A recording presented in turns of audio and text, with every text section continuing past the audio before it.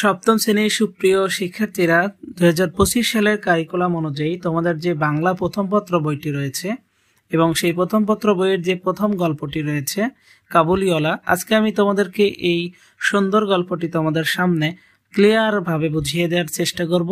অনেকেই আছো এই গল্পের বাচনভঙ্গি দেখে হয়তো গল্পটি বুঝতে পারোনি, অনেকেই আছো এখান থেকে সুন্দরভাবে এমসিকিউ গুলো বাছাই করতে পারোনি। তো 2025 সালের কারিকুলাম অনুযায়ী আমি তোমাদের এখান থেকে গল্প তো শোনাবই ক্লিয়ার ভাবে, এবং গল্পের সাথে সাথে আমি তোমাদেরকে এমসিকিউ প্রশ্নগুলো খুঁজে খুঁজে বের করে দেব। তো চলো আজকের এই চমৎকার ক্লাসটি উপভোগ করা যাক। গল্পের শুরুতে যে সুন্দর চমৎকার দৃশ্যটি তোমাদের চোখে পড়বে সেটি হলো একটি ছোট্ট সোনামণি, একটি মেয়ে যে কিনা জানালা দিয়ে তার সামনে থাকা একটি অদ্ভুত মানুষকে দেখছে এবং অদ্ভুত মানুষটিও মুচকি হেসে তার দিকে তাকিয়ে আছে। তো আজকের এই গল্পটির সম্পূর্ণ অংশকে ঘিরে যাকে নিয়ে তৈরি হয়েছে গল্পটি, সে হলো এই ছোট্ট মেয়েটি, এবং এই গল্পটি সবচেয়ে বেশি প্রাণোজ্জ্বল ও মহিমান্বিত হয়েছে যার জন্য তিনি হলেন এই অদ্ভুত লোকটি। তো কাবুলিওয়ালা গল্পে কবি রবীন্দ্রনাথ ঠাকুর আমাদেরকে বোঝাতে চেয়েছেন যে পৃথিবীর যে প্রান্তেরই পিতা হোক না কেন, যে দেশেরই পিতা হোক না কেন, তার সন্তানের প্রতি যে তার ভালোবাসা একই রকম, তা প্রতিটি দেশের পিতারও যে ভালোবাসা তার সন্তানের জন্য একই রকম, সেই যে বিষয়টি এই গল্পে ফুটিয়ে তুলেছেন। এবং আমাদেরকে এটি বোঝাতে চেয়েছেন যে পৃথিবীর সকল পিতার ভালোবাসা তার সন্তানের প্রতি, এই দিক থেকে ভালোবাসার যে ঐক্য তৈরি হয়েছে সকল পিতার মধ্যে, তা আমাদের বোঝাতে চেয়েছেন।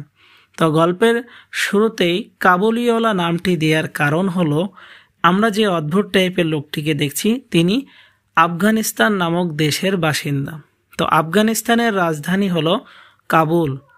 কাবুলে বসবাসকারী যেই মানুষগুলো রয়েছেন তাদেরকে কাবুলিওয়ালা বলা হয়েছে। তো আমরা অনেক সময় দেখি যারা ঢাকায় বসবাস করে তাদেরকে বলা হয় ঢাকাইয়া, যারা দেখা যাচ্ছে বরিশালে বসবাস করে তাদেরকে বলা হয় বরিশাল্লা।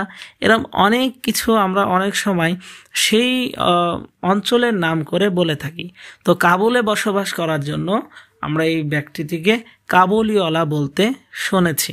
তো চলো এই চমৎকার গল্পটি তোমাদের পড়ে বুঝতে যতটাই কঠিন লাগবে, আজকের এই সুন্দর ব্যাখ্যাতে আশা করি তোমরা খুব সুন্দরভাবে ততটাই সহজভাবে বুঝতে পারবে। তো প্রথমেই এই গল্পে আমরা দেখি যে বাঙালি পিতা রয়েছে এবং তার যে ছোট মেয়ে, সে তার মেয়ের বর্ণনা দিচ্ছে যে আমার মেয়ের বয়স 5 বছর, যে কিনা একদণ্ড কথা না বলে থাকতে পারে না। অর্থাৎ ছোট মানুষের যেই স্বভাব আর কি, দৌড়ে বেড়ানো, দৌড়ঝাঁপ করা, খেলাধুলা করা। তো হঠাৎ সকালবেলায় একদিন লেখক কি করছিল, অর্থাৎ বাঙালি পিতা তার নভেল অর্থাৎ যে উপন্যাস রয়েছে তার 17 নম্বর অধ্যায়ে হাত দিয়ে কাজ শুরু করতে যাচ্ছে, এমনই সময় তার মেয়ে এসে তাকে বলছে, বাবা বাবা দারোয়ান দেখো কাককে কোয়া বলছে। অর্থাৎ ছোটরা যেটা শেখে সেটাকে যদি অন্যভাবে কেউ বলে তাহলে মনে করে যে সে কিছু জানে না। তো এই ছোট্ট বিষয়টি সে তার বাবাকে এসে অভিযোগ করছে যে দারোয়ান কাককে কাক না বলে কোয়া বলছে, অর্থাৎ সে কিচ্ছু জানে না। তো এটি বলেই সে আবার তার স্বভাব সুলভ শিশু সুলভ আচরণ শুরু করে দিয়ে তার বাবার পাশেই আগডুম বাগডুম খেলতে শুরু করে। একটু পর সে জানালা দিয়ে দেখে একজন অদ্ভুত মানুষ ছুটে চলে যাচ্ছে।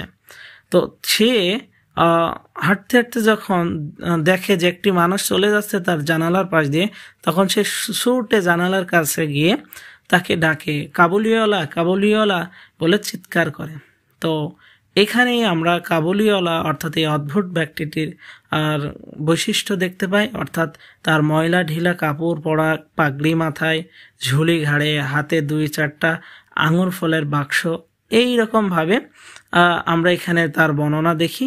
এবং তার বাঙালি পিতা এখানে তার মেয়ের বিষয়ে বলে যে সে খেলতে খেলতে আর কি এমন ভেবে উঠল, তার মনে কি যে ভাবনা উদয় হলো, অমনি কাবুলিওয়ালাকে চিৎকার স্বরে ডাকতে শুরু করলো।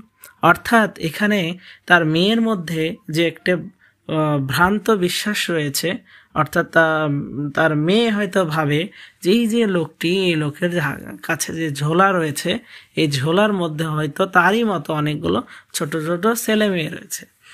এই ভয়টা তার মধ্যে ছিল। তো বাঙালি পিতা কি করলো, বলল যে আমি আমার মেয়ের ভয় দূর করার জন্য তাকে ডেকে আনলাম। ডেকে আনার পরে সেই কাবুলিওয়ালা করলো কি, ছোট্ট মেয়েটির উদ্দেশ্যে তাকে কিশমিশ ও খোবানি অর্থাৎ ডালিম জাতীয় ফল দিতে চাইলেন।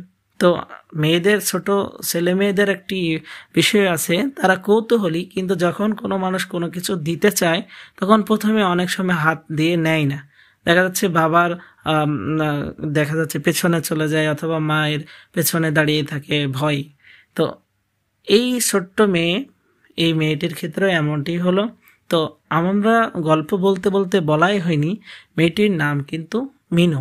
তো তোমরা যে এমসিকিউগুলো দেখতে পাচ্ছ, এই গল্প চলাকালীন সময়ে এই গল্পের মধ্যেই এই এমসিকিউ বা প্রশ্নগুলো আমি তোমাদের জন্য তুলে ধরবো। তো তোমরা মন দিয়ে গল্পটি শোনো।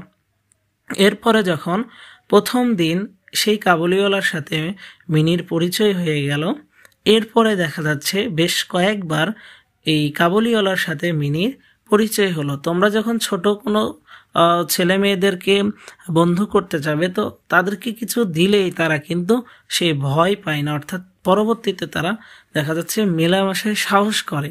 তো আস্তে আস্তে মিনের ক্ষেত্রে এটি দেখা গেল যে সে কাবুলিওয়ালার সাথে খুব বন্ধুত্ব করে ফেলল। তো একদিন হঠাৎ সেই পিতা, বাঙালি পিতা দেখলো কি, যে সেই কাবুলিওয়ালার সাথে মিনি গল্প করছে এবং কাবুলিওয়ালাকে বিভিন্ন চমৎকার মজার মজার প্রশ্ন করছে, এবং কাবুলিওয়ালা সেই কথাগুলো মনোমুগ্ধকর ভাবে শুনছে।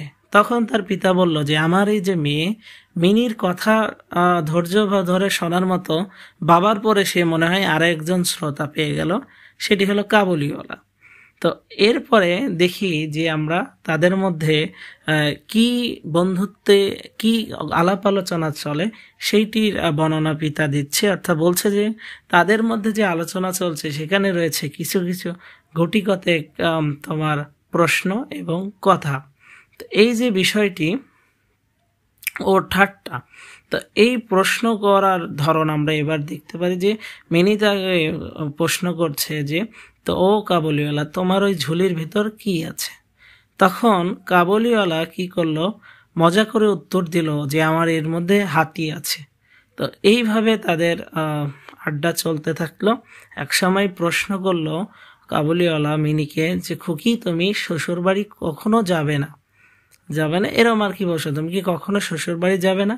তো ছোট মানুষ বুঝতে না পারে উল্টো কাবুলিওয়ালাকেই প্রশ্ন করেছে যে তুমি শ্বশুর বাড়ি যাবে। তখন রহমত কি করেছে, অর্থাৎ রহমত বলার কারণ এই যে কাবুলিওয়ালার বলছি আমি বারবার, তার আসল নাম ছিল রহমত। তো এই রহমত তখন হাত মুষ্টি পাকিয়ে বলছে আমি শ্বশুরকে মারবো। তো এটি শুনিয়ে হাসতে হাসতে তোমার মিনি ভাবছে যে শ্বশুর বেচারা না কি একটা জীব, তার মারলে তাকে তার না কি অবস্থায় হবে। অর্থাৎ সে তো ছোট, আসলে শ্বশুর বলতে বোঝে না যে শ্বশুর আসলে কি হয়। এরপরে এই বিষয়ের পর আমরা দেখতে পাই যে তার বাবা, অর্থাৎ বাঙালি পিতা বর্ণনা করছে যে তার মা কিন্তু মনে মনে একটু ভয় পেয়েছে। অর্থাৎ এই যে একজন অচেনা মানুষের সাথে মেয়ের এত মেলামেশা, আমরা দেখি যে সচরাচর অচেনা মানুষ ছেলে মেয়েদের তুলে নিয়ে যায়, আমরা যেটাকে বলি ছেলে ধরা। তো এরকমও তো হতে পারে। তো এই ভয়ে একটু বিশেষ নজর রাখতে বলে মিনির বাবাকে। এরপরে দেখা যাচ্ছে হঠাৎ একদিন দুই পাহাড়ওয়ালা কি করছে, সেই কাবুলিওয়ালাকে ধরে আনছে, অর্থাৎ রহমতকে বেঁধে। তো এটা দেখে মিনির বাবা সেই পাহারাদারকে জিজ্ঞাসা করলো কি হয়েছে, তোমার ব্যাপারটা কি? তখন ওই কি করলো, রহমতের থেকে কিছুটা শুনলো এবং পাহারাদারের থেকে শুনে এটুকু বুঝলো যে মিনির বাবা যে এই রহমত যেহেতু ব্যবসা করে, আফগানিস্তানের মানুষেরা সাধারণত বিভিন্ন কাজে কামে এই দেশে আসতো ব্যবসা করতে, বিভিন্ন কিছু। তো এই রহমত কি করতো, সে কিন্তু মেওয়া বেচতে আসতো কলকাতার রাস্তায়। তো এইভাবে এখানে তিনি দেখলেন যে আসলে এই রহমতের কাছ থেকে তাদেরই প্রতিবেশী, অর্থাৎ মিনিদের যে প্রতিবেশী ছিল রামপুরি, সে চাদর নিয়েছিল।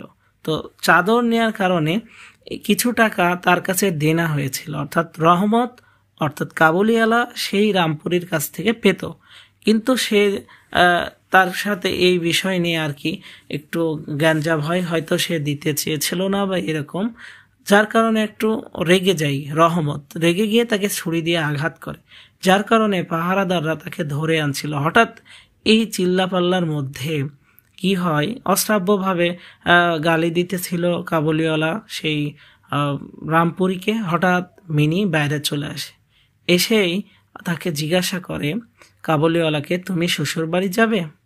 তখন রহমত হাসিয়া বলে ফেলে যে হ্যাঁ, সেখানেই যাচ্ছি। তো এই যে একটা সাংঘাতিক অপরাধ করে ফেলেছে ছুরি দিয়ে আঘাত করার পর, এতে তার জেল হয়ে যায়। জেল হওয়ার পরে সে কিছু বছর পরে সে আবার জেল থেকে ছাড়া পায়। জেল থেকে ছাড়া পাওয়ার পরে সে মিনিকে দেখতে আসে, কিন্তু সেই দিন ঘটে যায় একটি হৃদয় বিদারক ঘটনা। সেই দিনই ছিল মিনির বিয়ে, অর্থাৎ মিনি দেখতে দেখতে সেই 5 বছরের মেয়েটি আজ বড় হয়ে গিয়েছে। তো যখন দেখতে আসে তখন মিনির বাবা আর তাকে সেভাবে আর কি উপস্থিত থাকতে দেখে পছন্দ করে না। আসলে সে জেল খেটে এসেছে, এরকম আজকে একটা শুভ দিনে এরকম একটি মানুষ আসা, অনেকেই হয়তো নিজের কাছ থেকে ইতস্তত বোধ করবেন। তো তিনিও আজকে ইতস্তত বোধ হলেন এবং তাকে চলে যেতে বললেন। তো তিনি আর কথা না বাড়িয়ে চলে যেতে লাগলো। তবে পুনরায় যেন আবার ফিরে এসে কিছু কিশমিশ বাদাম এগুলো দিয়ে বলল, তো আপনি এগুলো মিনিকে দিবেন। তো কিছুক্ষণ পর সে যে তাকে তাড়িয়ে দিতে চাচ্ছিল মিনির বাবা, পরে তার একটু মনে এরকম আসলো যে একটু হলো তার জন্য মায়া হলো। তো এইগুলো নিয়ে তিনি যখন তাকে টাকা দিতে গেল, তখন আসলে মূল কাহিনী ঘটে যায়।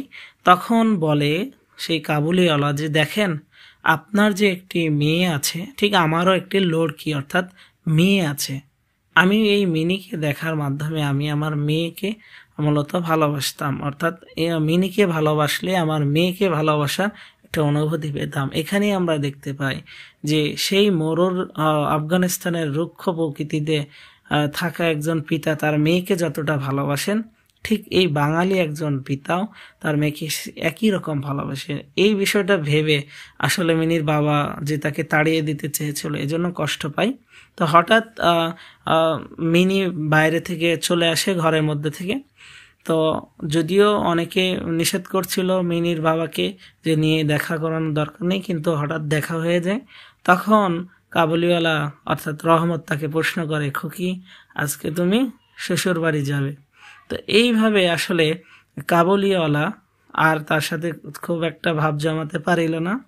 এই যে কাবুলিওয়ালার একটি মেয়ে আছে, এই বিষয়টি মিনির বাবার মনের খুবই কষ্ট দিল। এজন্য সে তাকে একটি নোট বের করে দিল তার মেয়ের কাছে যাওয়ার জন্য, বাড়িতে যাওয়ার জন্য। তো এইভাবেই আমরা দেখতে পাই যে আসলে কাবুলিওয়ালা তার মেয়েকে ভালোবাসার জন্য, যেহেতু সে এদেশে ব্যবসা করতে এসেছে, তো তার মেয়েকে মিনির মধ্যে খুঁজে পেয়েছিল। তো এভাবে আমরা দেখি একজন পিতার প্রতি পিতা তার সন্তানের প্রতি যে কতটা ভালোবাসা সেটি প্রকাশিত হয়। তো এখান থেকে যে এমসিকিউগুলো তোমরা দেখতে পারলে, এইটা আমি আরো বিশ্লেষণ করে তোমাদের জন্য আলাদা একটি ভিডিও তৈরি করেছি, তোমরা চাইলে সেটি দেখে উপকৃত হতে পারো। আজকের মতো এই পর্যন্তই, আল্লাহ হাফেজ।